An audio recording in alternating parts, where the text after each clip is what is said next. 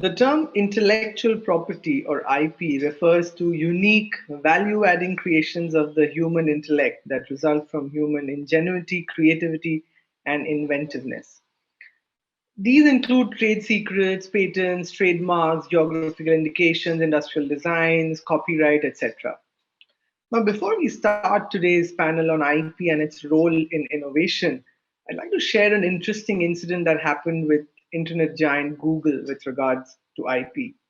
So, Gmail, Google's email portal, was actually barred from use in Germany since its launch in 2005 up until April 2014. It turned out that a German entrepreneur by the name of Daniel Giersch had already registered the Gmail trademark, short for his last name, in Germany way back in 2000. This was obviously much before Google had even introduced its emails. The dispute was eventually settled between Google and Giersch, but this incident just goes to show that IP issues can come and bite you, even if you're a behemoth like Google. On that note, without further ado, I'd like to introduce today's panel. To discuss the various contours of IP and what it means for startups and small businesses, we have Dr. Hemang Shah, India Engineering Lead, Qualcomm Technologies Licensing, Tarun Kumar Bansal, President, Sagacious IP, Vashiharan Kanse Raja, Head of Strategic Development, IP Group, Clarivate. Gentlemen, thanks for taking the time out today. If I could come to you, Tarun, first, I'd like to understand from you the awareness level of intellectual property among startups and small businesses, especially, and what can be done to improve the awareness. So thanks, Ramarco. So as far as I'm concerned and my interaction with a lot of startups and SMEs around the subject of intellectual property is concerned, I have realized that slowly and steadily, especially amongst the startups, the IP scenario or IP awareness is increasing. And the primary reason is because investors are now asking them about IP. Earlier, when investors were not kind of very about IP, startups were also not very savvy about IP. But again, still, I would say around 70% of the IP in India is being created by MNCs. So if you talk about the filings, approximately 65 to 70% of the IP is filed by foreign companies. And if you talk about grant of patents or similar rights, almost 80% of patents are granted to the foreign entities. So situation is still not that good. And when it comes to how you can actually improve it, I would say if it becomes glamorous and there is money in IP, of course, things will improve. As you see that a lot of us want to become doctors, we want to, earlier people wanted to become engineers, and suddenly the money came into startups and everybody wanted to do a startup. So when they started seeing money in it, they started to kind of get in the direction of doing startups, which earlier was kind of a risky business, and parents discouraged their kids to actually go for startups. So in my view, I think it's a similar thing. So once people start seeing money in IP, so somebody created IP and got, let's say, millions of dollars or billions of dollars by selling that IP, by enforcing that IP, or by licensing that IP, I'm sure these kind of stories will automatically create enforcement, the awareness. And second part I want to highlight is I mean, make such case studies or make such stories, we need better enforcement. Right now, I think the biggest problem is you cannot really enforce IP that much. You create an IP, and most of our clients think that by creating IP and publishing their inventions in patents, they are kind of putting it out there for competitors to just use it. Rather than creating any protection. So the thinking should be the other way around. It should be that if I actually put it out there, it will actually create a barrier for entry. But right now, because of law enforcement, people think otherwise. So I think awareness is improving, but not improving at the rate it should be. And government definitely has to play a big role. You see China overtook US in terms of IP filings, and they were at our stage maybe not many years before. I think just 15 years before, they were at a stage where India is right now. So they heavily publicized and created awareness. So government played a big role. They actually kind of incentivized their companies to file IP globally, and the incentives were Hmm. not small amounts. In India, I mean, you might get through some schemes up to $8,000 to $10,000, but in China, I think amounts were in the range of $100,000. So government really need to focus on enforcement, maybe some more incentivization, and overall as a group, I think if we start creating those kind of stories where IP becomes glamorous and it starts generating money for people, I think it will automatically improve. Interesting. Hemang, I want to come to you next and understand the risks that are related to, lack of IP awareness. If you could throw some light on that. Sure. See, startups, by their very nature of work, or I would say the foundation of a startup, is someone who is very passionate about a problem. They saw a problem in the market and they realized that, hey, this is a big hole. Either no one is filling it, or if there are existing products or existing solutions, they are inefficient. And so here is their brand new take on either a problem that none of us experienced before, or we identified it as such, or they saw that, hey, here's my approach which will make your lives a lot better. So I work primarily with hardware IoT startups who are innovating on the edge, and so they are innovating in India. So a big requirement, for them is to realize that they are innovating. That's the primary thing, that because of their different take, innovations are bound to arise just because their foundation is such. And if they don't see the value in their own innovations, that is the biggest risk. What also happens is that a number of these startups tend to look at IP as a factor on the cost sheet. They're looking at outflow. Yes, it is a cost. It takes money, whether you talk about filing for IP, or whether it is, say, working with IP firms or law firms and whatnot. But at the end of that activity, what you're generating is an asset. Now, that asset is time bound. If a startup is launching a product today, it's not that they can wake up 2 years later and say, now I'm going to file for all the intellectual property rights associated with that. The nature of intellectual property is such Hmm. that you have to file for IP at the appropriate time, or else your own work can end up becoming public disclosure against your future IP filings. So, to me, that is the biggest risk. That one, you have to believe that you are creating very valuable assets, and they will Right. grow over time. The IP rights are protected, at least in India and most countries in the world, 20 years from the date of filing. And the second is, there is a time bound process that you have to follow. So you can't wake up a few years later and say, here's when things improve, and be whatever factor you introduce, here's when I go for it. You may have missed the train at that point. Right, right. Interesting.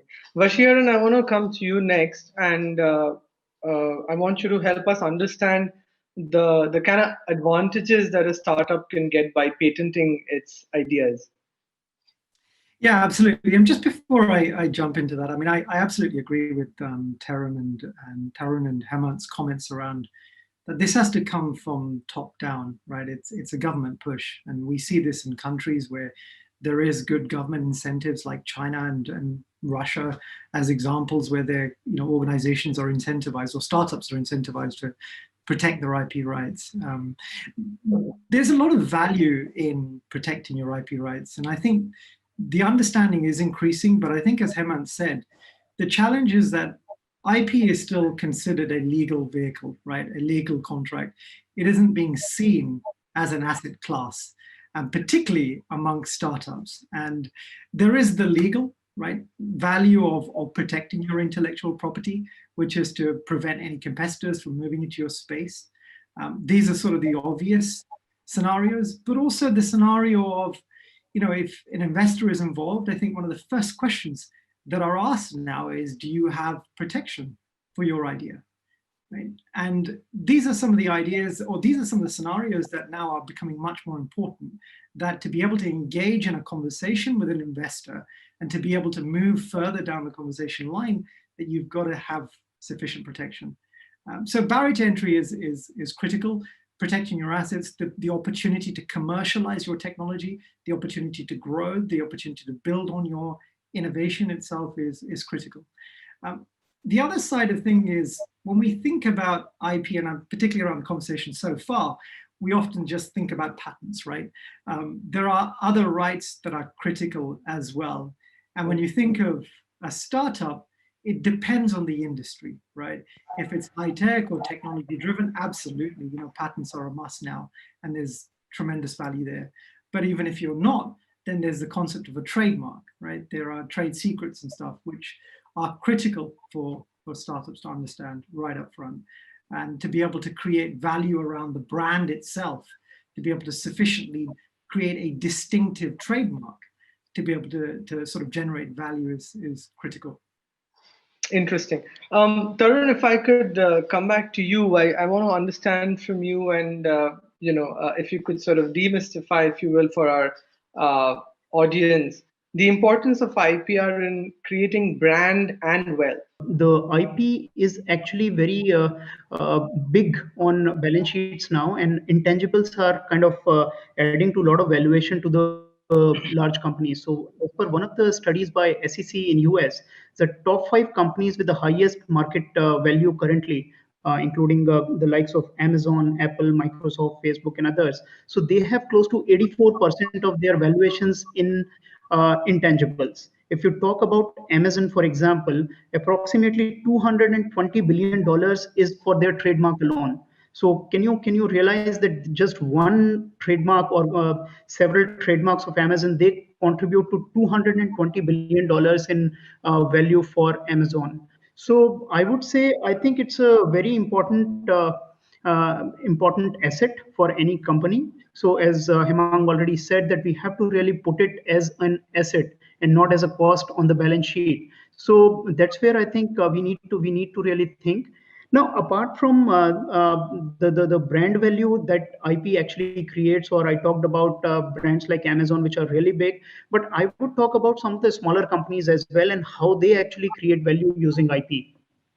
So we were working with this company from UP, and these guys created a very unique ice machine. So the ice, as you know, in US is very popular. Even in minus 20 degrees Celsius, they will actually drink water with ice cubes in it. So ice cubes is a very big market in US, and these guys are operating in India, and they were selling ice machines in India.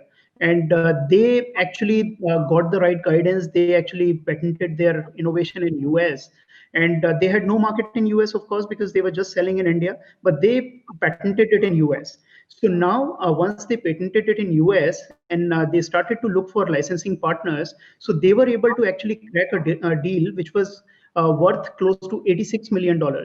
So it's a huge market, and their innovation was really great. So $86 million is not a cash deal. It's includes multiple things. So that's why I'm saying that IP can really unlock a lot of value.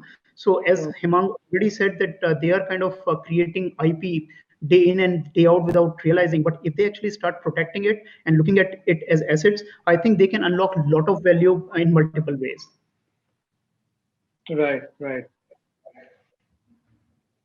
Hemang, coming back to you, and you did touch upon this briefly, the importance of securing IPR at the right time, and how the deals can affect business. I want you to sort of elaborate a little more on this, and also for our audience. I mean, a lot of us tend to think that if you're a sort of a large behemoth, if you're a global giant like Google, these things can't really affect you as badly. But uh, there was an incident in Germany, right? I mean, for almost 9 years, they couldn't use the Gmail domain there because it was registered by somebody way back in 2000.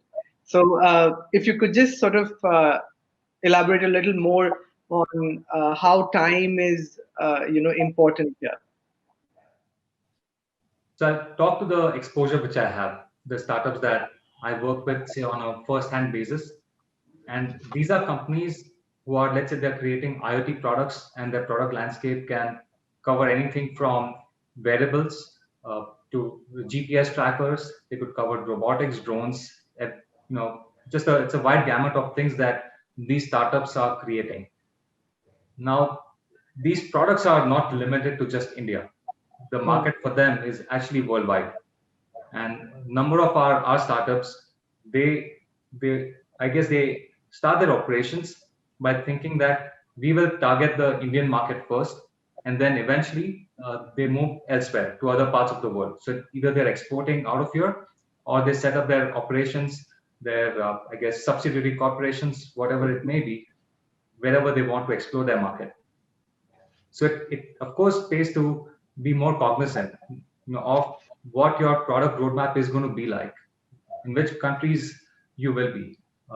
Specifically patents, and I would say this for most IP rights, they are territorial, meaning an India patent is valid in India and India only. Now, if you want to enforce your IP rights in some other part of the world, you've got to have corresponding IP rights registered in those respective countries.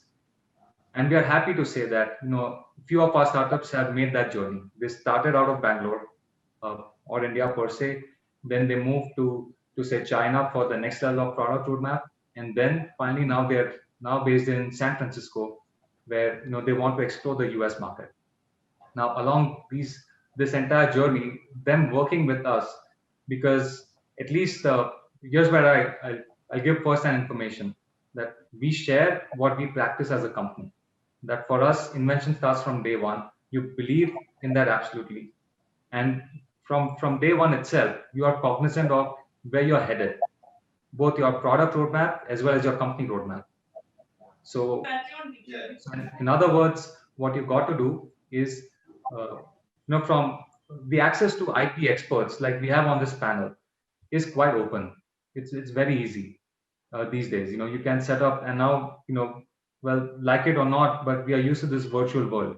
So you could get the best IP experts wherever they are on a video call. That's quite easy to get it going.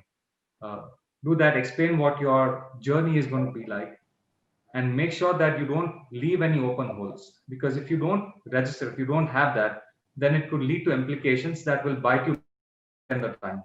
And normally when that happens, now imagine the startup which was thinking that, okay, I'm going to be only this small for the first couple of years.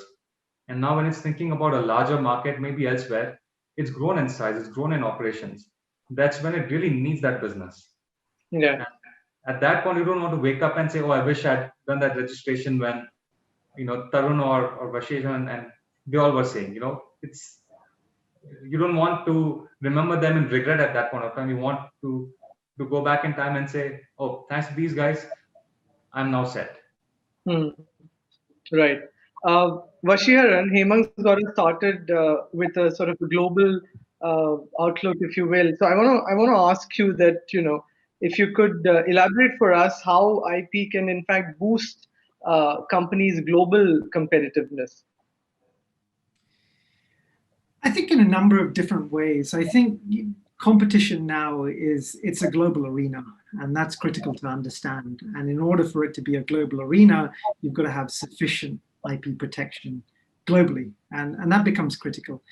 The other key piece around when we think about IP now is that when we look at patents, and we, as Clarivate, we often work with corporate VCs, or we work with VCs themselves. And what we tend to see is they're on the look for startups, right? And they want to move into a particular territory themselves, and they need to perhaps acquire, license technology in order to move into that. And they're really looking for deep expertise, right? So we had a client, based out in China, and they wanted to maneuver into the UK, for example, for a very specialist piece of technology. And they asked us the question, could you give us an indication of what the startup scene is like and who's actually specializing in this piece of technology, right? All the way from sort of basic research through to who's commercializing it and what pieces of technology is out there. And when you look at it from that perspective, it's almost like an advert, right? The minute you have some IP, it's published, right? You've got the attention of some of the larger corporations who know that you're serious about this technology, that you have credibility, your name's on the document, they know who to get in touch with. It becomes a contact sheet to encourage. And this was a great story where we had, the Chinese organization looking to maneuver into the UK, and they were able to partner with the startup itself. And this is happening. That's just one small example, but this is happening globally. So that it becomes critical there. The other scenario is that, as I was going back to my initial comment, that it is a global arena today. Competition's very fast paced today, and it becomes critical to be able to defend yourself globally, right? Against any competitors that may be looking to utilize your technology in another territory where you may not have any protection. That may not be an important market today, but could be a critical market a few years down the line, right? We see this in Southeast Asia, for example, where some of the largest corporations haven't looked at protecting their innovation, but today has become a critical territory. Interesting. Very interesting perspectives there. Tarun, coming back to you, it is often said that inventors are not very good at identifying IP. I want to understand from you, how can this be addressed? Right. Yeah, I think that's a very important point. So apart from your point that inventors are generally not good at identifying IP, I would also like to add one more point to this, that in India, I mean, it's very bad to say, but in India we have little less self-esteem in that sense. Inventors, when we talk to them, even at the large companies, so they think that what we are doing is not world class. So their first thought is that what we are doing is not as equivalent to what European and US counterparts are doing or people in Japan are doing. So I think all this combined leads to a situation where they start disregarding what they're creating, and it is not kind of captured properly. So that's why I think we need to create a system or a proper engine to capture those innovations. I would give you an example of Uber. So Uber, for example, they grew, and they did not have any IP. And they were actually then wondering that what to do. So they acquired some patents, but at the same time, what they did was they started recording all the meetings that were happening in their premises or in their offices, and they set up a team where they actually then scrutinized all the recordings to identify any IP opportunities. So, I mean, people have gone to that extent to actually identify what kind of innovations are being created, because inventors are not good at identifying the IP worthy opportunities. In another example, I would give you an example of an Indian company. So it's a very large jewelry and watch manufacturer, and these guys were actually doing a lot of good stuff, and now they wanted to actually launch some smart watches with different capabilities like health tracking and other things, and they were doing a lot of interesting stuff there. Now, what happened was they were not creating any IP as such. So they actually invited, for example, that how you can actually create some IP there, and what can you do to encourage the IP development. So we did a very small step. What we did was we created a landscape, and we started identifying the kind of patents different companies across the globe were filing. For example, what kind of patents Casio is filing in Japan, what kind of patents, let's say, Swatch is filing, what kind of patents other leading watch manufacturing companies were filing. And we started actually giving this particular presentation to the inventors sitting there. And when they looked at those kind of inventions, they were continuously jumping out of the chair and saying, is this even patentable? Is this even patentable? We are doing these kind of things day in, day out. So they were not even aware that those kind of things are patentable.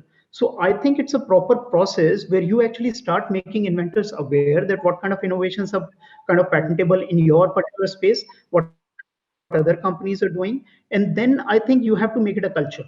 So when you talk about culture, for example, I'm a vegetarian, right? So if I'm a vegetarian, even if I'm very hungry, so I will not go and eat non-vegetarian food. If vegetarian food is not available, I'll just walk away. So we have to create that kind of a culture in an organization where you are doing anything, so you have to capture it. It becomes a culture. I mean, it's the inherent thing that first you will capture it and let the let's say the invention screening team kill it, rather than you killing it at your end, that okay, this is not patentable or this is not IP worthy. The culture should be such that every person is kind of writing it and kind of then giving it to the invention screening team, who will then kill it. And of course, there should be some incentivization, and the organizations have to come up with really unique and interesting incentivization models. So inventors are incentivized to create and generate IP, and they benefit from kind of submitting those invention disclosures and other things. And in this process, we also have to make this invention kind of disclosure capturing or writing process very easy.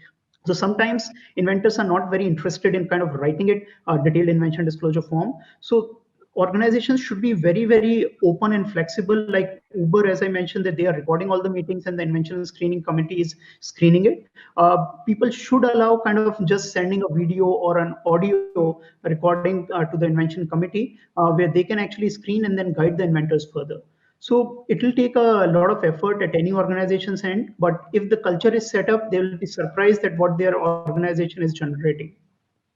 And innovators, like you said, need to back themselves a little more, have more confidence, right? Great. Okay. Right. Hemang, you touched upon the government's role and how it's been making attempts at improving the IP culture in India by building awareness around it and reducing patent application fees, etc. It had also announced a digital platform for seamless application and capture of IPR. I want to understand what more can the government do to sort of create the culture that we've been talking about here today? Sure. Now, I'm very glad that you brought this up. And to me, this is the best time for startups to actually think about IP in India specifically, because the government has come up with so many incentives and initiatives for startups and MSMEs. They have a Startup India portal at which you can get the patent and trademark facilitators. So these are folks who can work on your IP rights at pretty much no cost to the startups. The government is footing the bill for those things. There are other bodies, where you can get a lot of, financial support, be it through reimbursement or be it through any other means in which you can get the support for, say, prior art search or for your patent drafting. For example, the Ministry of Electronics and Information Technology, they have a very good reimbursement scheme under their IP initiatives.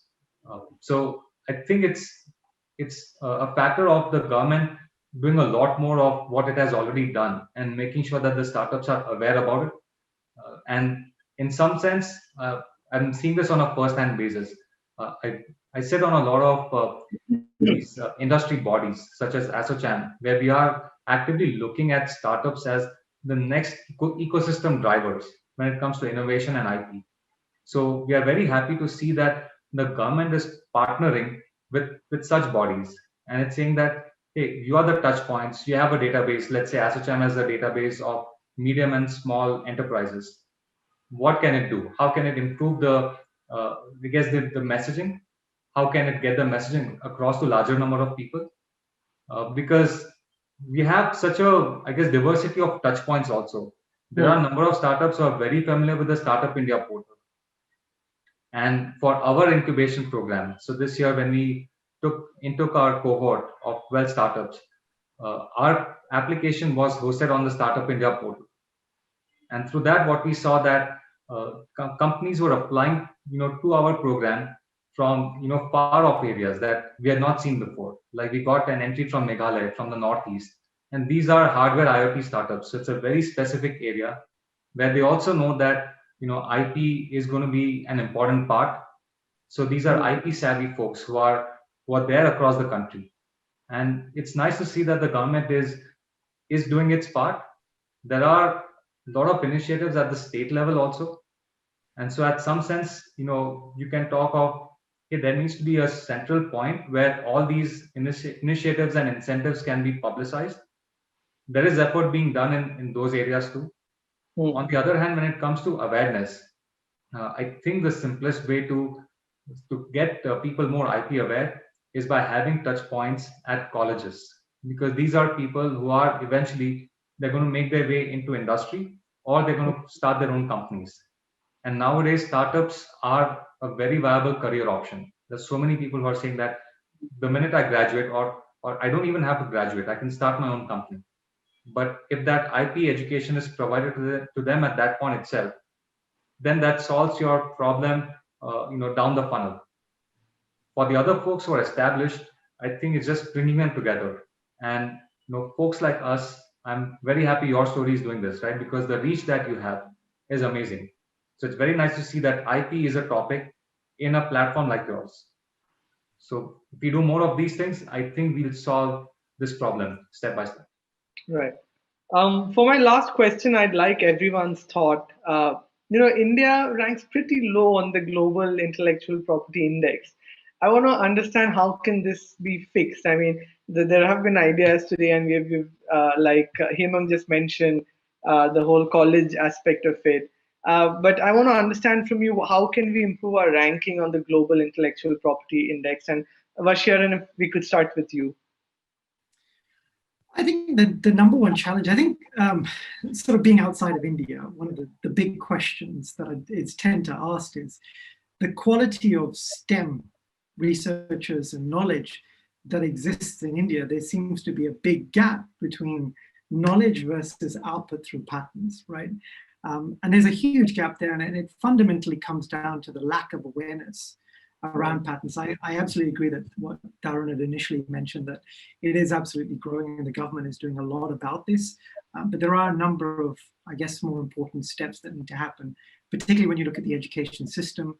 The knowledge of, or the awareness of IP rights is not still fully understood. The difference between an IP right and thinking about IP as an asset is not fully understood, and how to play in the global arena, right? And that should all come at the grassroots, right up front, to be able to teach, new innovators about, how do you play in the global arena, right? What needs to happen? How do you benchmark yourself against your peers, similar startups, similar organizations in other territories, right? And how are they protecting their IP rights? And that's critical to think about.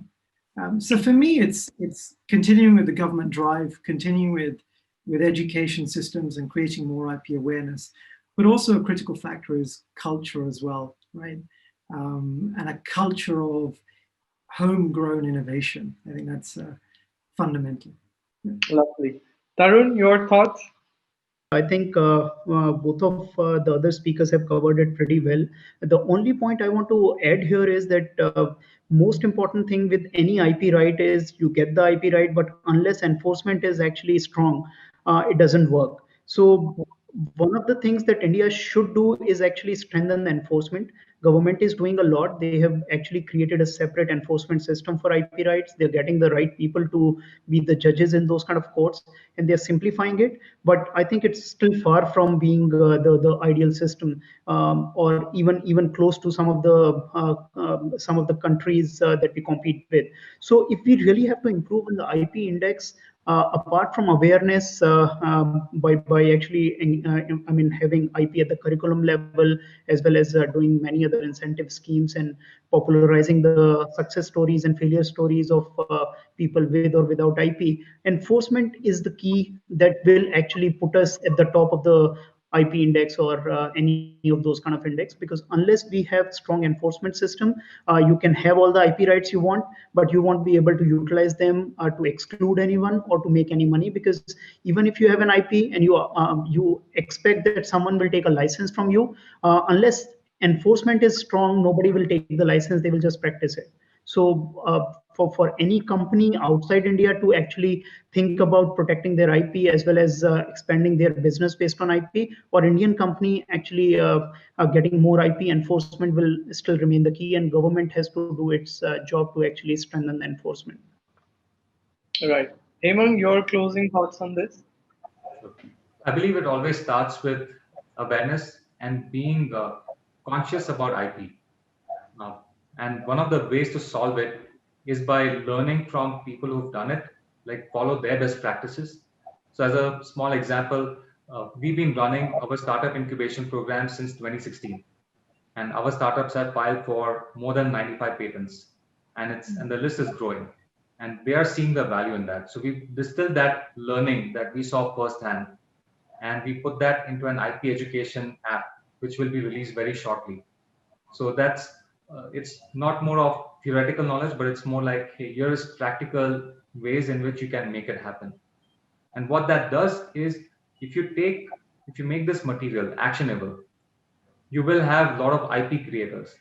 Once you have people who create IP, once they believe that this IP is valuable, they automatically respect others' IP. So that, in my view, is an upward spiral that you want to embark on. So with better IP awareness And we are having those steps. And I'm very glad that the entire country and all these panelists are agreeing on the same thing. And we are getting there. So if you guys don't mind, maybe once our app is fully launched, we'll announce it, and then it's going to be free for startups and MSMEs. Everyone will be able to access it on the App Store and the Play Store, even on the website. So that's one way to make it happen. Wonderful. On that note, we'll wrap up today's discussion. Thanks for those wonderful insights, gentlemen. Appreciate you taking the time out.